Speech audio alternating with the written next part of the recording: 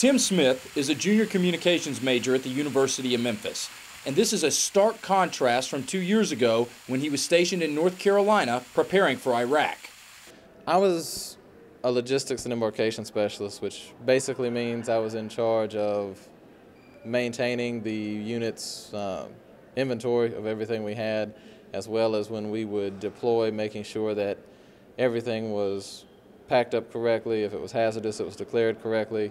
Everything from packing it up and putting it on the plane to making sure that everyone had beds to sleep in and vehicles to move in. Smith was discharged from the Marines not for health reasons, mental or physical, but for his sexuality.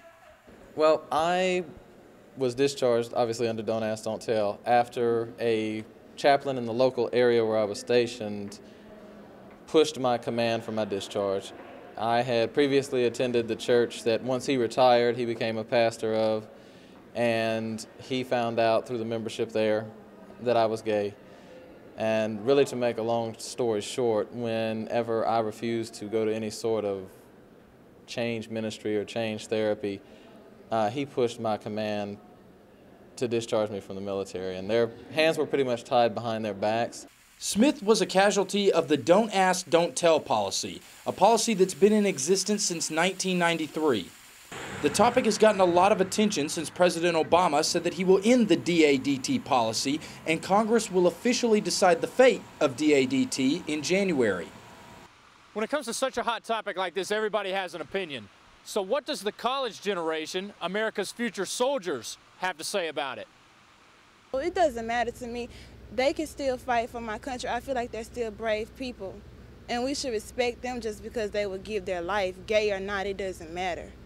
So basically, my stance on it is as long as you're not putting them in a situation where they're sexually tempted, then there's no problem. There should not be an issue because there's none of that. There won't be that temptation to have a sexual harassment or anything like that. Although Smith will never battle in Iraq, he continues to fight so others won't have to endure what he went through. It's hard enough dealing with sexual orientation, gender identity, and figuring out who you are. And so we hope we can make a difference. And I think that we already have, just in the people being willing to come to a meeting. It used to be just word of mouth, and now it's published on Facebook and put up on flyers. And so I think there is a difference being made. It's slow, but it's happening. Reporting from the University of Memphis, Nielsen Ferry, Insight News.